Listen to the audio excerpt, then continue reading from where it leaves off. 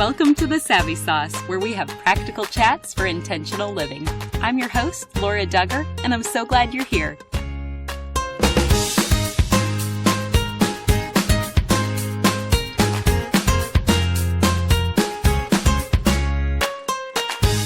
I'm grateful for today's sponsor, Chick-fil-A East Peoria. Check them out online to place your order for dining or catering, or to fill out an application to join their friendly team. Visit cfaeastpeoria.com. If you've been with us long, you know this podcast is only one piece of our nonprofit, which is the Savvy Sauce Charities. Don't miss out on our other resources. We have questions and content to inspire you to have your own practical chats for intentional living. And I also hope you don't miss out on the opportunity to financially support us through your tax-deductible donations. All this information can be found on our recently updated website, thesavvysauce.com. And now I'm pleased to share this episode with you that used to only be available to paying patrons. My guest for today is James Jetton. Mark and I attended the same family camp as James in 2022. I observed a father who was very devoted to his children, and one of his precious daughters was in a wheelchair, which was always by his side. He was so tender with his children, and I just assumed his wife was resting while he was attending to the family. I did not learn of his full story until after camp, and it was through a mutual friend, April Ciervo. But then, after she shared a bit more of their story, I immediately reached out to James to request that he share his faith and testimony with us today. Here's our chat. Welcome to the Savvy Sauce, James. I'm happy to be here and looking forward to talking to you and just kind of sharing how God has moved in our lives the past few years. You have already lived through so much, but let's just start here. When did Jesus initially draw you to himself? Yeah, I think that's like it's a big question, right? But also it shouldn't be. I think the first time I really just kind of came to know the Lord, I was in the 8th grade at like a retreat. And in that moment, it was a situation of, it wasn't necessarily for me, but also just trying to do the right thing. I grew up in Birmingham, Alabama, so I was in the Bible Belt. It's like, this is what we're supposed to do. We're supposed to give our lives to Jesus. But I would say probably going into my senior year of high school, I had some moments just kind of alone at a beach, actually. I was like, what am I doing with my life? And I believe that was kind of the first one real moment in my life where I decided, like, I think I'm going to actually follow the Lord now and not just do this just to say I'm doing it. And so that was really the first time I really felt the Lord draw me to him. And then, of course, as time goes on, there's all these other little moments throughout where he's continually staying close and bringing me back to him when I feel like I'm drifting away and that sort of thing. So. Thank you for sharing that. And you've written before on your blog that I'll quote, "One of the best decisions I have ever made was when I persuaded Kaetlin to marry me," end quote. Yeah. James, how did the two of you meet and fall in love? Yeah, so we went to college together. We went to Troy University. I vividly remember a time where she was getting out of her car and she didn't know me at this time. But I remember seeing her. I think I met her maybe once or twice through some mutual friends. I just remember seeing her get out of the car and like, I'll never forget this moment. It's like, man, if I could just have a girl like that. And like, it stuck with me. And you know, I think the first time we met, I think I made some comments that she wasn't happy about some fraternity guys that were in a different fraternity than me that I didn't think too highly of, but I didn't realize in that moment that she was actually the sweetheart of that fraternity. Oh, no. And so we kind of got off to a little bad step there. But I remember she broke up with another boyfriend. That was part of the reason I saw her. And I was like, I could never have a girl like that. All the girls like that are taken. And so, but she broke up with her boyfriend. I remember her like best friend called me and was like, hey, can I bring her over to y'all's house? Cause she just needs to laugh. I was like, well, we can do that. We can make sure she laughs. And so I think from there, we just kind of, I don't know, just we continued to talk and for some reason she liked me a little bit and I liked her a whole lot. And we dated for about 3 years in college. And when we got out of college, we got married in May of 2009, and so that was kind of where life began to speed up a lot at that point. But that was the first time. I mean, I'll never forget those moments. And then there's other things throughout, but I remember seeing her in the parking lot, like, man, that girl. So, I love that. And okay, so married in 2009, and then children came a little while later. So how many yeah, children did you add we to have your family? we have 4 kids. Our first child was born in 2013. So after we got married, we lived back here in Niceville for a little bit, but then ended up moving. She wanted to go to PA school, and I was working a job I didn't care too much for. So I was like, how quickly can we go to school? And so we moved to West Tennessee, where she went to PA school, and I ended up going to school there too because she studied all the time, and I was bored. And I was like, I guess I should do something productive as well. So that was 2009, and then we had a lot of fun. We loved to travel, did a lot of fun things, and then in 2013 we had our first child, Lakin. So And then if you fast forward, life took an unexpected twist in 2016. So will you catch us up on your discoveries that year? yeah, so we had Lakin in 2013, and then we had another part of we did have a miscarriage in between Lakin and Isla, who was born in 2015. But then we had Hattie, who was born in 2016. And Hattie's our child with special needs. And she was born, all of our pregnancies we used to joke with people that could have babies and just bounce right back. And they had these beautiful, wonderful pregnancies, and they loved it. That was not us. Every single one of our pregnancies brought some challenge within it. And so with Hattie, my wife started swelling a lot, and kind of find out she had some clotting in her legs. And so we ended up having to induce labor for her with that happening. And when my wife she was a PA in the ER, so she understood medical things way better than I did. I was kind of oblivious to a lot of things.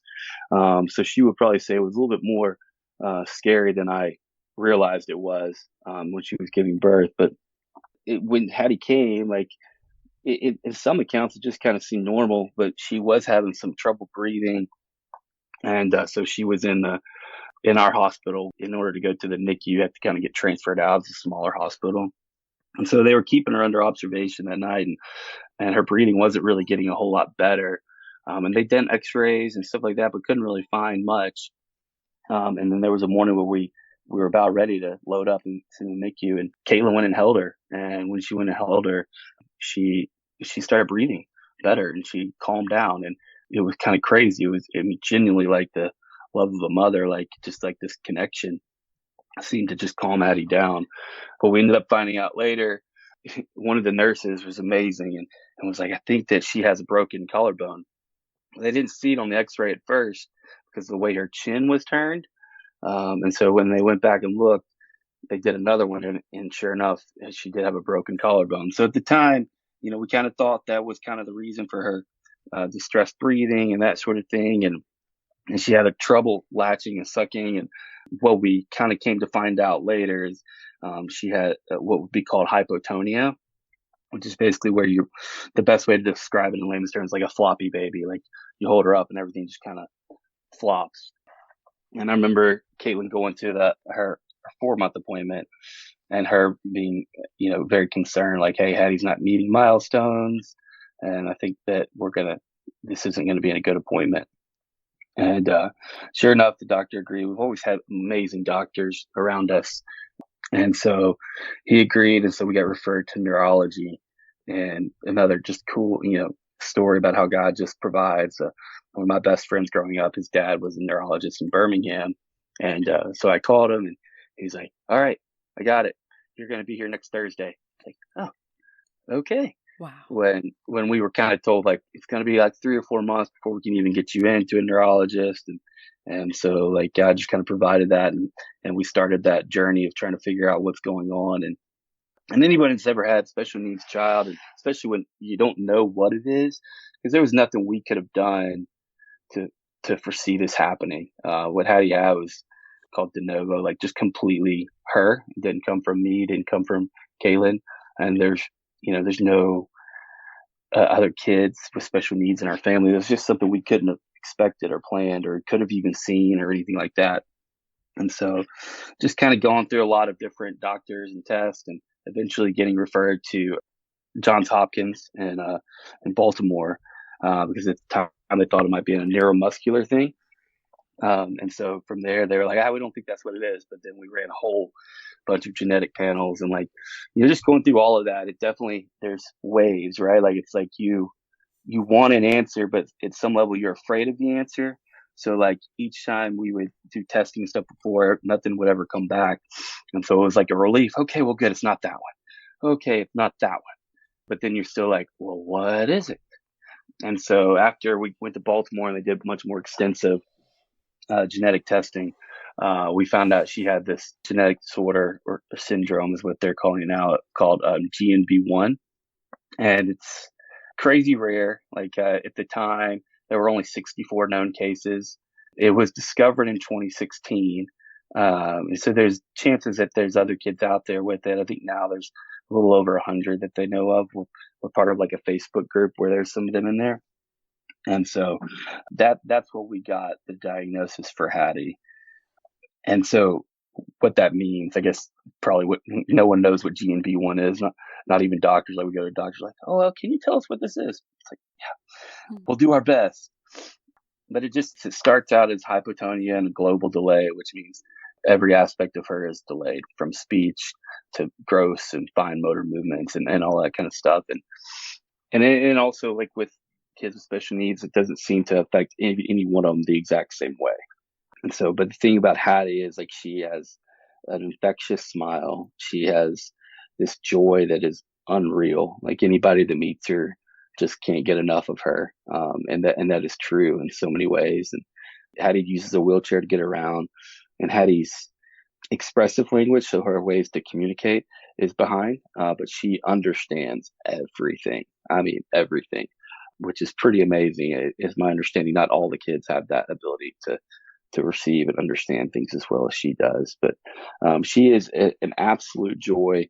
We used to always say, and still do, that Hattie's going to change the world. And we know the fact she's changed my world for sure.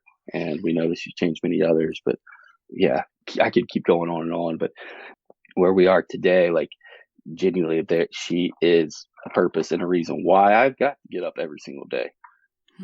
Yeah. So she's pretty amazing. Like I could go on and on about her. So. Oh, I think you described her so well with infectious smile, and joy is the word that comes to mind when you see her. Yeah. And now a brief message from our sponsors. I want to say thank you to our longtime sponsor, Chick-fil-A East Peoria. I hope that you've already downloaded the Chick-fil-A app, because did you know that with the app you can skip the line and have food ready for you when you arrive? This is one of my favorite options when I'm taking my 4 daughters to Chick-fil-A East Peoria. Download the Chick-fil-A app today and start earning points toward free rewards that are fully customized to your preferences and tastes. Chick-fil-A was named as one of Glassdoor's best places to work in the nation. That's a huge honor. And one team member even wrote, "No comparison. This is a great job for a first job, extra money, or for career advancement. Such a loving environment, great management, and fair pay." Chick-fil-A believes that the local and involved ownership ensures fostering an environment where you are known, challenged, and cared for. So if you're looking for a wonderful place to work, visit Chick-fil-A East Peoria or fill out an application online today at cfaeastpeoria.com. Are you utilizing Savvy Sauce Charities to full capacity? Other than our special Patreon re-release episodes, our content is now available in video form, in addition to our audio only, and we have written transcriptions for every episode. Visit our website today, thesavvysauce.com, to access all these forms of interviews. And while you're there, make sure you sign up for our email list to receive encouragement, questions, and recommended resources about once a month to promote your own practical chats for intentional living. I also want to remind you about the financial side of Savvy Sauce Charities. As you know, we recently became a nonprofit, which means all your financial support is now tax deductible. There are multiple ways to give, and we would be so honored if you would share your financial support with us so that we can continue producing free content that is accessible to the general public. Your money will go to support creatively getting the gospel message of Jesus Christ to the nations as we continue to share the good news on every episode. And I say this is reaching the nations because the Savvy Sauce podcast is downloaded in all 50 United States, as well as over 100 countries around the world.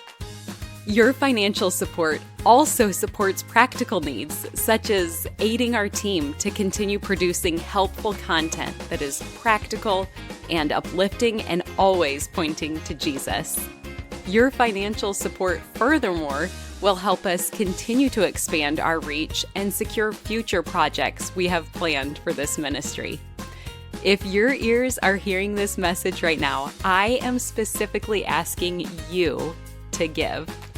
We are so grateful for any amount, and our team will continue to seek to be good stewards of the gifts offered to us. So if you want to write a check or set up an ongoing payment with your bank that delivers a check to us each month, this is the most beneficial way to give because no percentages are taken out for processing fees. You can make your check out to Savvy Sauce Charities at P.O. Box 101, Roanoke, Illinois, 61561. Additionally, with our new website, we now have a donate button. There are processing fees that we cover for these donations, but we wanted to offer listeners a seamless way to share their finances with us when we share our content with them. So just visit thesavvysauce.com and find the donate page under the tab Support. Another way to find it is simply type in donate to the search bar on our website and just click the first picture shown.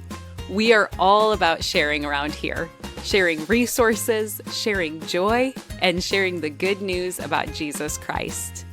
We ask that you also will share by sharing financially, sharing the Savvy Sauce podcast episodes, and sharing a 5-star rating and review. You can also share any of our social media posts on Instagram or Facebook. We are grateful for all of it, and we just love partnering together with you. Now, back to the show. A different season when many of us were in the midst of changing schedules and suddenly homeschooling our children in May of 2020. Yeah. Your family was receiving even more news. So will you share that with us now as well? Yeah. So we'll have to add, we did have our fourth kid, Ryder, and he was born in 2018. And he is a wild man. My wife and I used to always say, like, or people would tell us, like, you'll know when you're done. But we had him, and we were like, okay, we're broke, we're done, no more. So, but he's awesome. But yeah, to move forward to then, that COVID stuff was it was hard. It was really hard. I was working for a church, and I do sports and rec ministry, and also I was doing student ministry at the time. And so for me personally, like, things just kind of got shut down. No one was doing sports leagues, and student ministry looked weirder than ever. And then my wife, she was working in the emergency room as a PA, and so she was facing everything head on. And so I guess that kind of started in March. And it's funny, like, as just kind of back up a little bit, we felt prior to that, probably February or March of that 2020, when things were kind of like exploding, we just felt the Lord doing something in our lives. We felt like He was preparing us for something. We felt like it was going to be something just amazing. But then as we move forward, just trying to understand what God is doing, what He was telling us, in May, my 4-year-old, she had her preschool graduation, and I'll never forget this day. My wife was a go-getter. She's tough. She's strong. And we had a super weird COVID graduation for Isla, my 4-year-old. And it was weird because it was a drive-through graduation. And so we had to get up there early and go do it. And so my wife also, she would work night shifts so that she could be home with the kids when I couldn't be there. And so it wasn't uncommon for her to like have to sleep in some, but this was like she hadn't worked the night before and she hadn't worked. And so it'd been off for 2 days, but she was just so exhausted. She had this terrible headache that morning. And for her to say like, I can't go to the graduation, like that was like, there's something significant here. And I told her like she had gone to the doctor about a week before and got on some antibiotics, but it wasn't doing anything. And I was just like, hey, I think it's time to go back to the doctor because you're not any better. And I've got to take these kids to this graduation. So I loaded up all the kids. We went to drive through graduation. And while I was there, she called and said that her sister was going to take her to the emergency room.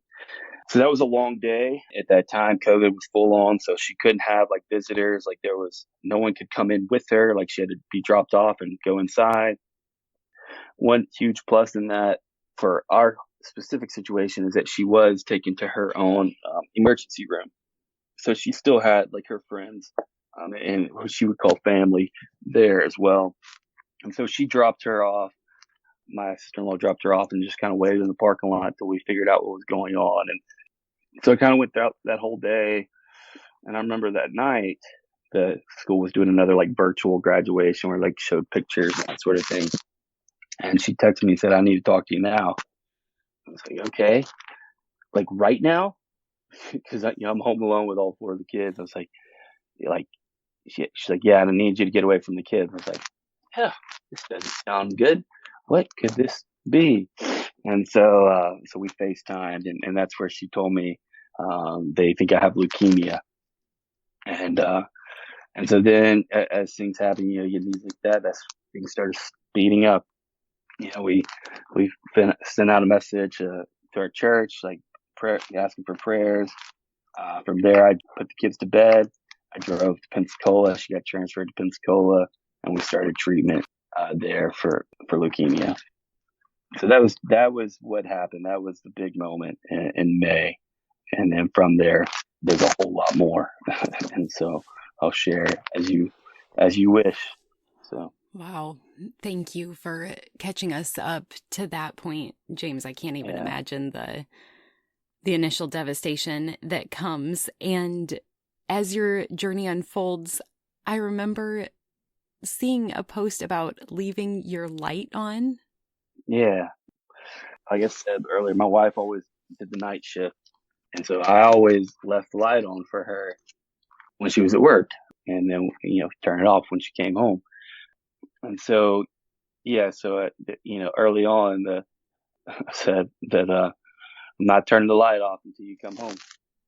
And so that during that time, like the first treatment, like it's kind of, it doesn't seem like a lot now because she was in the hospital so much. We didn't know how long she'd be in there. But like the first initial treatment, they're like, you're going to be in for 3 weeks. And so I knew that she wouldn't be home for 3 weeks. And I guess this is me just kind of realizing like that was a long time for the kids. I remember talking to a friend of mine who was leading a small group of high school boys. And I remember him telling them like, how hard do y'all think it would be if your mom was gone for 3 weeks? And I was like, yeah, it's not easy. But so that was the reason. Just like my wife, one, she was a light in the midst of all the darkness that she was having to face, and I just wanted to make a point that like, hey, we're leaving this light on for you until you come home. And in a lot of respects, she did go home. long story, but yeah, that was the reason for the light. So. Well, and the way that you describe her sounds like our mutual friend April said her joy was just out of this world. Yeah, that's true. It sounds like maybe the both of you share that, but you are not entering into a joyful season. So what did the next few months and year even look like? Yeah. So initially when things went down, my wife and I agreed that we would not let our kids lose both their parents. And so I tried to make it a point to be home at night. So when we were in Pensacola, like I would stay with her some nights, but I would be home at night to put the kids to bed, or I would put the kids to bed and I'd drive over that night and come back in the morning, or be with her during the day. Like, it was just crazy stuff. One, it happened at the end of a school year. So we have all the kids at home. Like, we didn't get to send them off to school. We were blessed to have an amazing college student who was one of Kaetlin's girls that she got to mentor when she was in high school. She was an amazing girl. She decided she would be like our nanny that summer. And so she was with our kids all day, every day. So I could go and be with Kaetlin during the day and come home at night.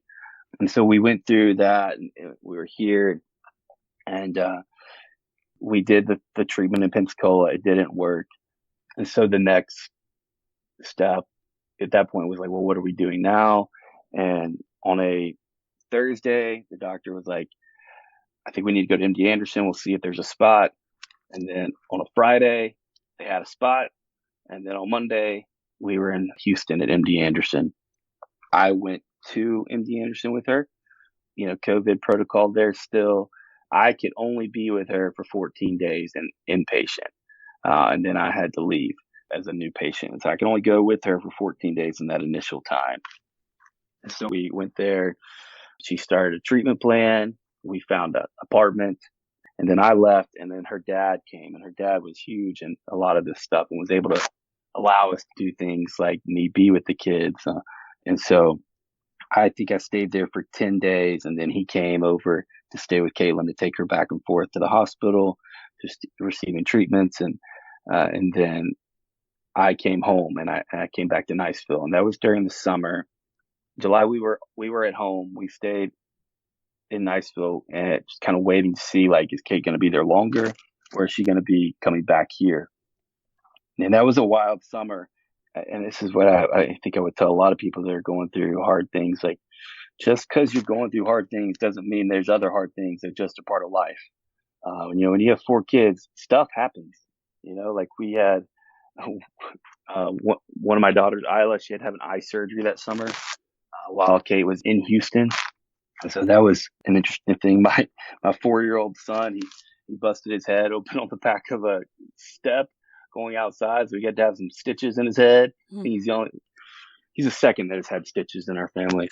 And he was the youngest. So then the treatment, the goal was to get her to a place where she could do a bone marrow transplant. And so they got her to that point. Her leukemia cell counts were low enough that we're ready to do a bone marrow transplant. And at that point, we decided we're going to move to Houston. Everything was virtual at that time, and I just couldn't see any reason why we couldn't all be together in Houston. And so we found an apartment. We hunkered down, this 2-bedroom apartment. We built some makeshift bunk beds. And so we moved there in August, and the community we have here was unreal. The support that we have, like, we didn't have to make a meal for, I felt like 6 months, I think. Like, it was just crazy. And people were giving us money, so we didn't have to worry about these kind of things and what we were doing. And from moving, packing boxes, like, I mean, it's just unfathomable, all the different things that were put in place for us to do what we did. And I don't think it would have happened without the community that came around us. And our church here was great, but I've got to see the Big C church, and it was amazing. And so we all moved to Houston, and we lived in a 2-bedroom apartment. Part of that story is like, it's like, all right, we're doing this. And then talk about kids. I had my 4-year-old, the one that had also had the eye surgery. She had broken her ankle on a scooter like a week before we're going. It was like, are you kidding me? How is this happening right now? But we had some great friends. Like, when your wife is involved in the middle of the medical world, it makes access to doctors and stuff a lot easier when you're in a small town like we are. So they got her taken care of, got her in a cast. And then I was like, yeah, but we can't return with this hard cast. We're going to Houston. He's like, all right, we'll get her in the hard cast and we'll put her in a boot for the rest of the time. So we moved there, and, the dreams of like riding scooters around downtown Houston, doing all this kind of stuff kind of went away a little bit with the kid in a boot. And so but there was a pool there, so we went swimming. She could swim, and So we just made the best of what we had. Like I think we had a lot of good memories in that little apartment, even though it was tough. I remember Halloween wasn't too long ago. I remember we had our own little Halloween party in that apartment where we all dressed up, even Kate, because she ended up getting her bone marrow transplant that time. And another aspect of where her dad was so important is when you get in the bone marrow transplant, you cannot leave, and you can have one guest. And so her dad came and he stayed with her. I think it was about 30 days of the bone marrow transplant. And so he was there with her so I could be with the kids, doing the best I can with that virtual school and managing Ryder and Hattie in the midst of trying to do schoolwork with the kids. It's nothing I ever want to go back to. Mm. Well, and not to mention, you appreciate the Big C church, but Houston was not your long-term community. So being here in this new Yeah. place and all of these transitions, what were the results of her bone marrow transplant? Yeah. So the bone marrow transplant, it ended up working. She went into remission. And so we got to come home Thanksgiving of 2020. We came home. And that was awesome. It was like a huge homecoming. Finally got back home. She's in remission. We felt like we'd beaten this. We got that Christmas here, and we were back home. We even our family always loves to go, has always gone to North Carolina for vacation every year, and we didn't get to do that. But so okay, it was like, now we're going. And so in January, we're like, all right, we're going, kids. It was just me and the kids and Kate, and we wanted to go see snow. So we went up there and we found a place to stay. It was an awesome trip. Loved it so much. When we had to check out of our place, we found another house so we could stay in for a few more days. And so, at that time though, when we were doing that, she was kind of having these red bumps kind of popping up over her. We didn't really know what it was. It could have been a reaction. We couldn't figure it out. Saw some doctors here locally. No one could really figure out what it was. And I think fast forward, what we found out probably, I think it was February, she came out of remission, and that was kind of the beginning signs of her coming out of remission. And so that's where, golly, life sped up. Like, I mean, if it wasn't already fast, it was just unreal. It was like a whirlwind. Like, because she had to fly to Houston to go see her doctors, and so she was in Houston by herself when she found out that she had come out of remission, and they were going to start immediately. So she flies over on a Friday, and on Monday they've got her back doing her treatment. And so, and I was like, well, looks like we're moving to Houston. And I was like, but this time we're not staying in a 2-bedroom apartment. It's like we're going to make this a little bit more manageable for us. So we had some great family. Kaetlin actually had a cousin who lived in Houston.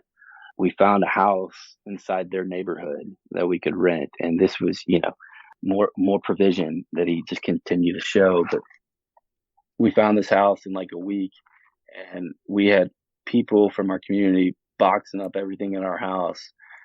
We'd gotten a truck, and we thought that we'd all get everything in one truck, but we didn't get everything in one truck. We'd even hired the movers to load up the truck. They couldn't get it all in there. So I was like, y'all told me that it would all fit on this truck, but now it's not. And it's Friday at like 5 p.m. when we were supposed to leave tonight. So we're not leaving. But my brother came down. I had another one of my best friends come down, and they're like, we're going to make this happen. So that next morning, I'm not kidding, when there was like 20 to 30 guys in my house, my brother had gotten the truck. They left early to go get the truck. I'd come, and I was at the house with the kids at a friend's house. And when me and the kids showed up, these 30 guys had already loaded up the truck, and we were ready to go. Guy came and dropped off a big spread of McDonald's for everybody. We prayed over us, and we headed out that morning. And so it was just crazy that, in 1 week we packed up a 4-bedroom house, loaded up 2 trucks, and drove to Houston, and we're now unloading at a new house in Houston. And that's where we were for a while. That was where Kaetlin, then we went back into treatment more aggressively, trying to get her back to remission. And so we moved there in March of 2021. And that was kind of our place for a while. We actually thought we'd be there for a real long time. The kids had started school there, trying our best to get connected to community there, but it's difficult, especially when you've come from a place where you feel so connected. and then you're moving somewhere new where you don't really know anybody, and then you're moving there in a time where the whole town shut down. It was tough, but we got the kids back in school, tried to start getting them back into normalcy of life. And there's all these new trials when you're going through this stuff. Every day it seems like there's a new trial. MD Anderson is amazing, and they treat each patient as like an individual. So every plan they have is just specifically for that patient. And so they were going to try to do this CAR T cell treatment.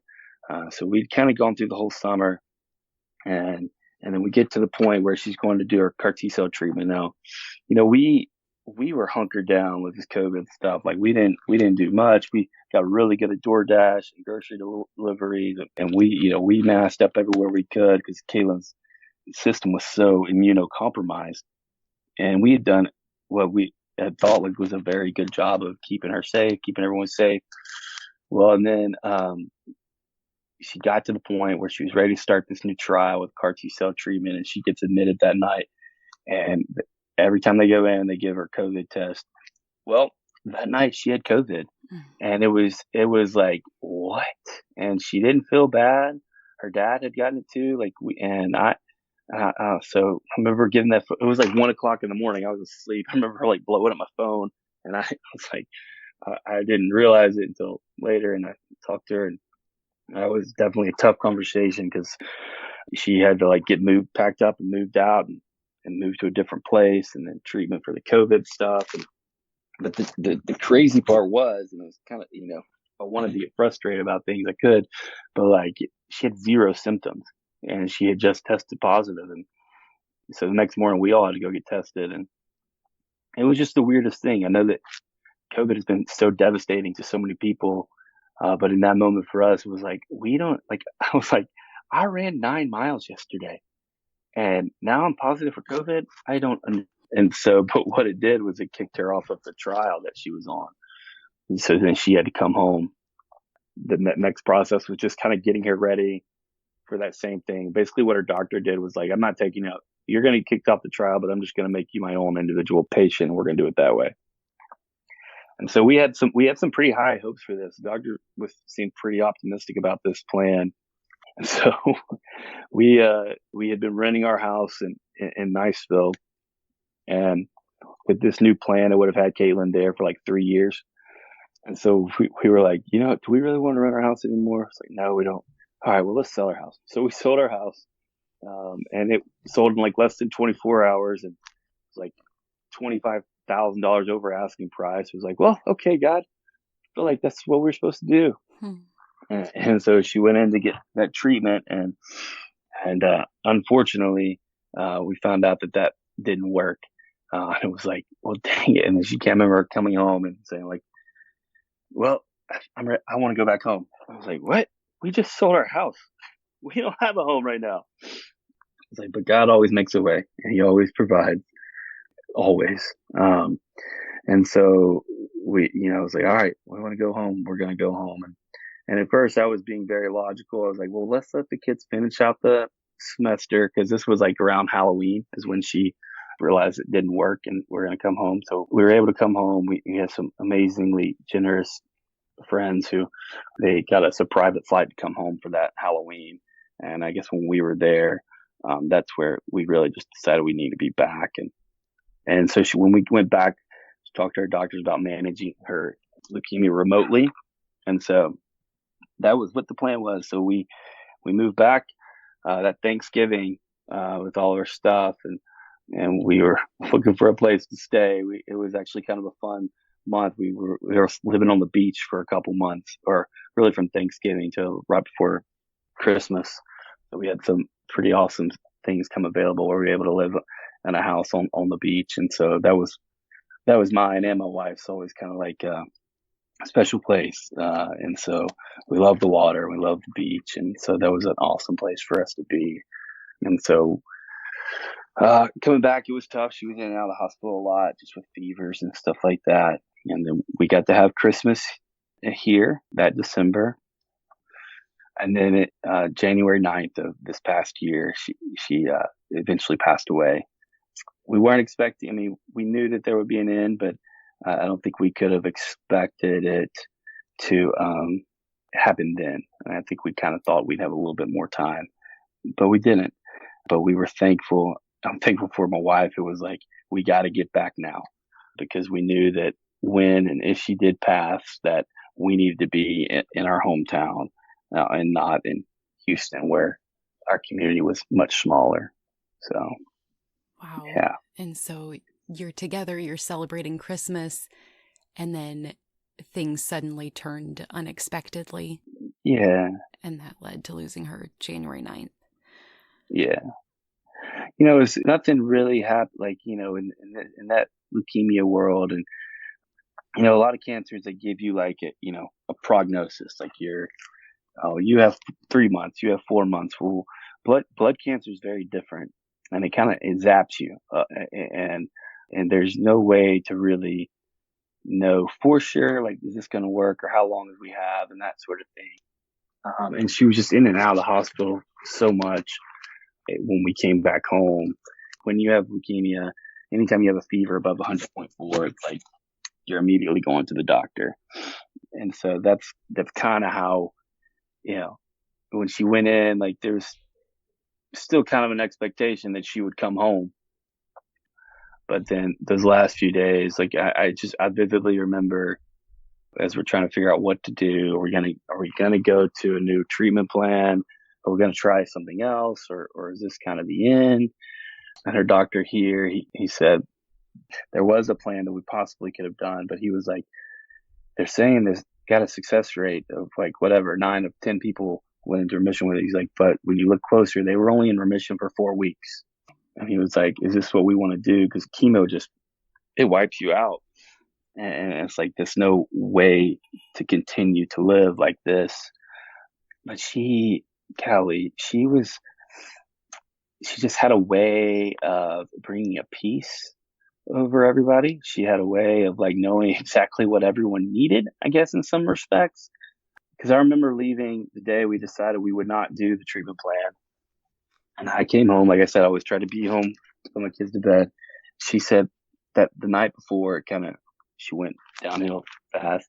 She got up and walked around the hospital with her dad and told her dad, like, hey, I think I'm going to do it. I'm going to do the treatment plan.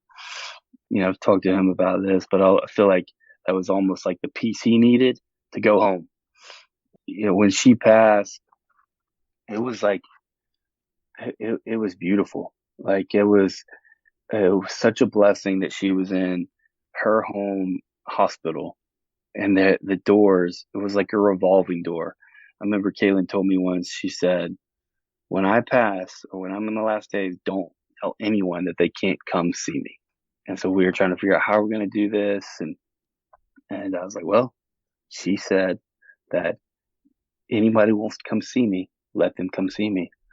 And so we put the word out, and there was like a revolving door, people just coming in and out of her room all day. Like the doctors, the head of the ER told the front desk people, like, technically, I guess you're only supposed to have like 2 visitors or something because of the COVID things. And she was like, anybody that comes in and says they want to see Kaetlin Jetton, you say, go on up. So it was pretty awesome seeing all these people come in and see her. And we had already gotten to see the impact that she had made on so many people's lives for the past couple of years.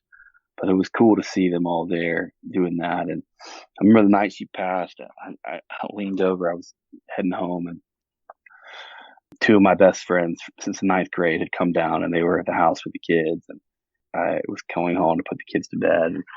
And I leaned over and I gave her a kiss and I said, don't wait on me. It's like, it's okay.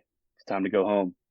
And sure enough, I left that night, and I got a phone call at about 11 from her dad, and she had passed. And I think that, in some respects, it's like, should I have been there? It's like, but I think that also was like, no, Kate wanted you to be with your 2 guys, and Kaetlin knew that her family would be there with her. And she did exactly what she wanted to do. She always had a plan, even from her like celebration service. She had everything written out. Who's going to speak? What songs we're playing? What are we doing this? And so it was pretty cool seeing how many people just came in and out, and how she just kind of I felt like she knew what she was doing even up in the last days. So, Do you love the Savvy Sauce? Do you gain anything when you listen? Did you know that the 2 ways we earn money to keep this podcast live is through generous contributions from listeners and from our paying sponsors? That means we can promote your business and you're still supporting the Savvy Sauce. It's a win-win. Please email us today at info@thesavvysauce.com to inquire about pricing for sponsoring each episode. Thank you for your consideration. Well, James, your perspective is incredible, and yet I'm so sorry. Such a deep loss for your whole family. And what is life like now for all of your family these days? Because it's still very recent, and I'm wondering if grief still comes up at unexpected times. yeah, you know, it's it's a day-to-day thing. I believe I don't, and grief is certainly something that sometimes you don't see it coming. But I'll say I love bragging on this community. I love bragging on this town so much. So my kids are all in school, and bragging on my kids too. After she passed, the kids got to stay home for a couple of weeks, but then it was time to go back to school. My 2 girls go to one school where actually Kaetlin went to school from kindergarten all through. So I felt like that was a very special thing for her, for the kids to go to the same school that their mom went to. But then Hattie goes to a different school because of her special needs. And then Ryder goes to a different school because he's in preschool.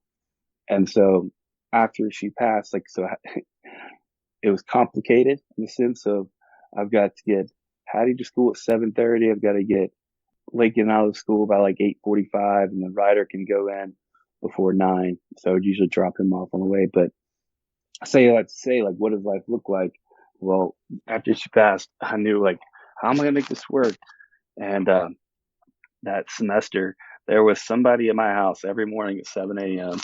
to sit with the kids, help with breakfast, help finish getting them ready while I could take Hattie to school at 7:30. And then I would come back home, and after they'd finished getting ready, then I would take them to school. So I had someone in my house every morning at 7 a.m.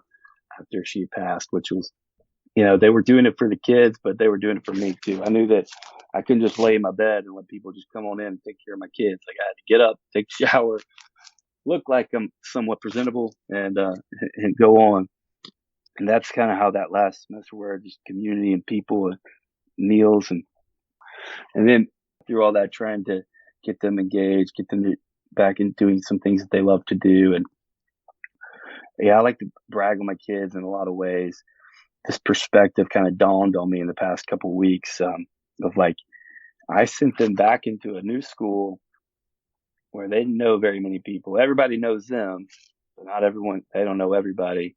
And they had to go and do that a few weeks after their mom passed. Here I am trying to stay away from people and not have a whole bunch of conversations, but yet the kids are stepping up and doing their thing. And man, it's pretty inspiring when I think of it in that respect as well. Nowadays, we are blessed that we get to have a nanny, and that's a whole cool story in itself. And that she worked with me in student ministry, and I'd actually left to go be a nanny for some other people in Nashville. And I was texting her trying to figure out, hey, I need some help. You got any friends down here that want to be a nanny? Because it's hard to find. And she's like, actually, I would love to come back and do it. And that was just a huge blessing, because it was like a time of us having all these new things. We were able to have somebody that the kids already knew come in and be there.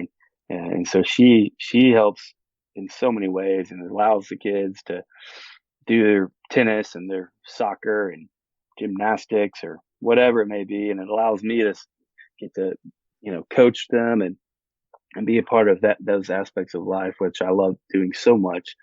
And so she's really helped. So in our day to day now, it's a lot of moving pieces.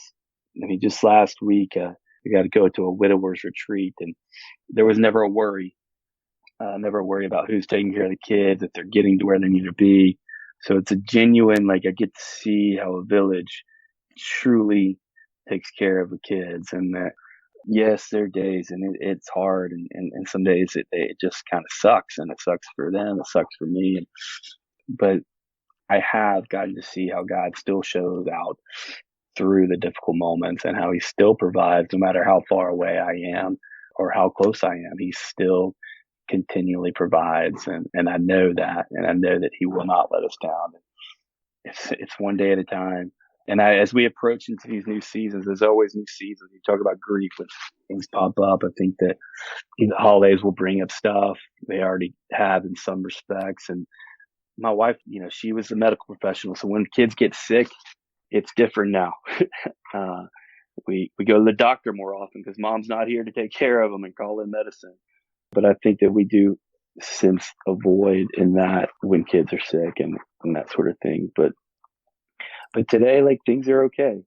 We're doing all right.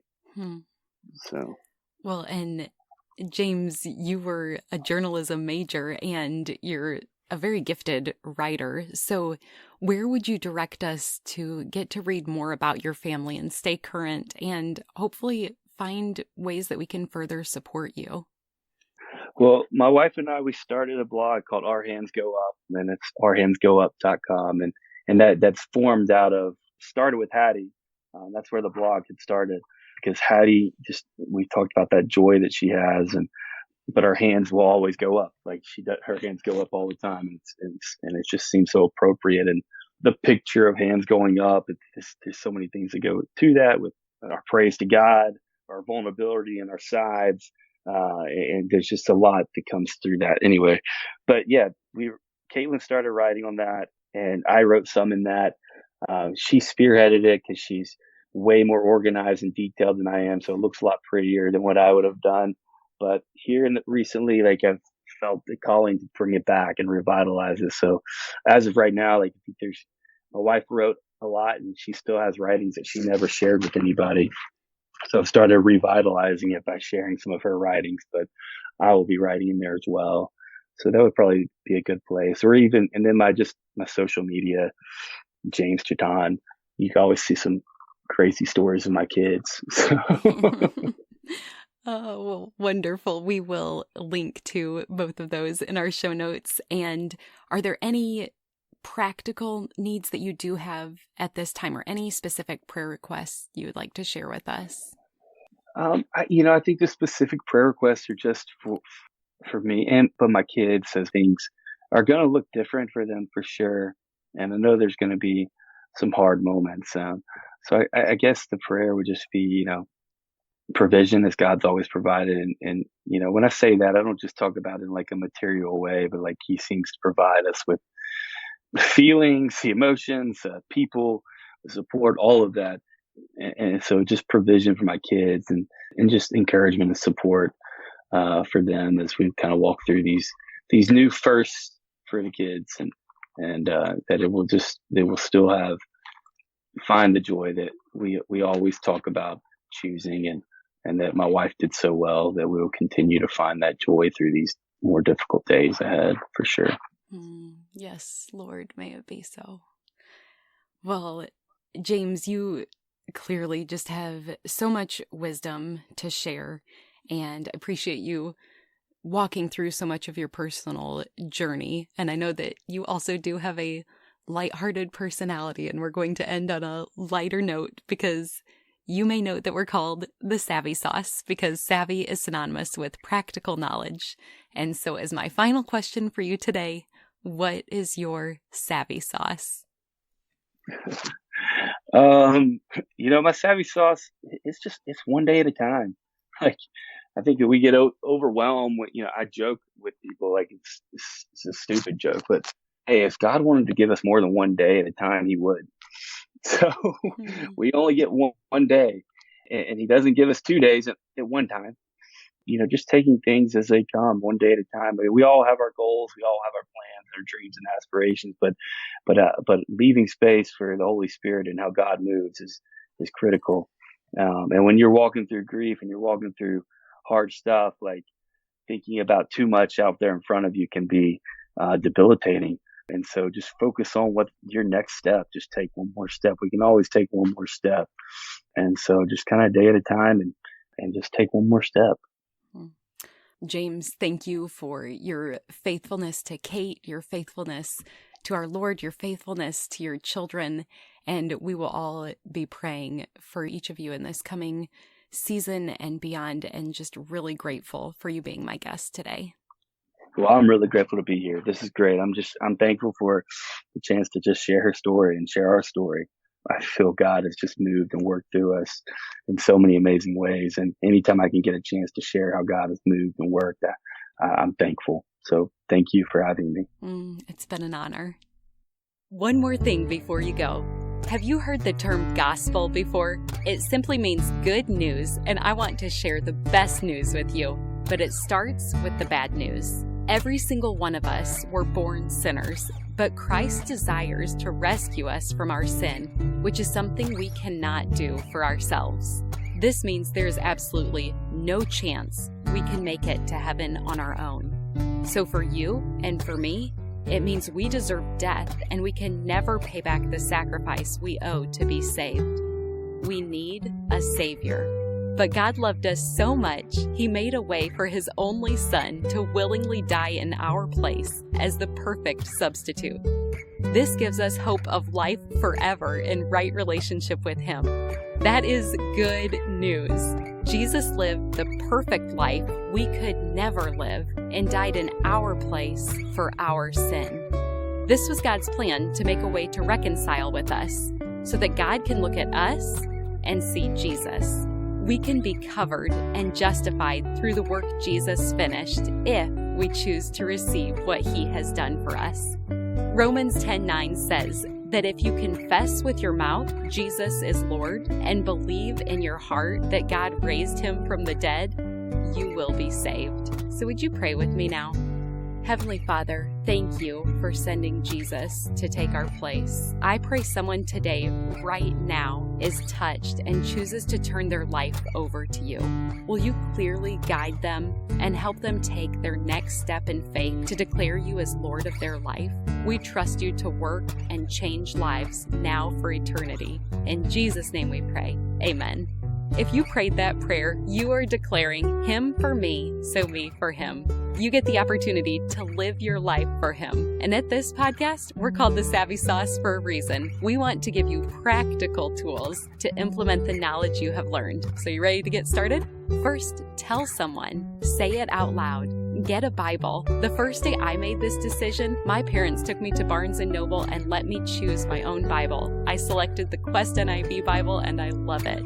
You can start by reading the book of John. Also, get connected locally, which just means tell someone who's a part of a church in your community that you made a decision to follow Christ. I'm assuming they will be thrilled to talk with you about further steps, such as going to church and getting connected to other believers to encourage you. We want to celebrate with you too, so feel free to leave a comment for us here if you did make a decision to follow Christ. We also have show notes included where you can read scripture that describes this process.